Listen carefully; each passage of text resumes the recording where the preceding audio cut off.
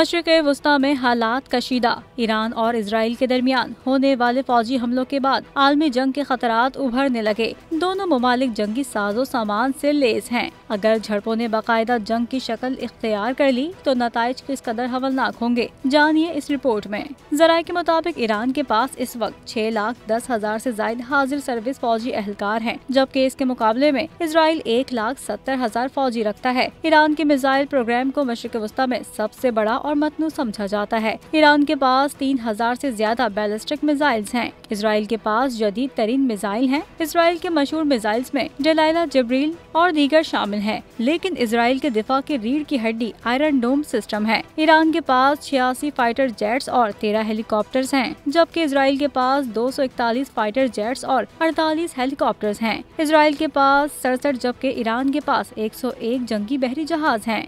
Israel अपने दिफाई budget पर 24 अरब dollars जबकि ईरान 10 अरब डॉलर खर्च करता है। इतने ताकतवर ममालिक अगर आमने सामने आते हैं तो दुनिया में बड़ी तबाही हो सकती है।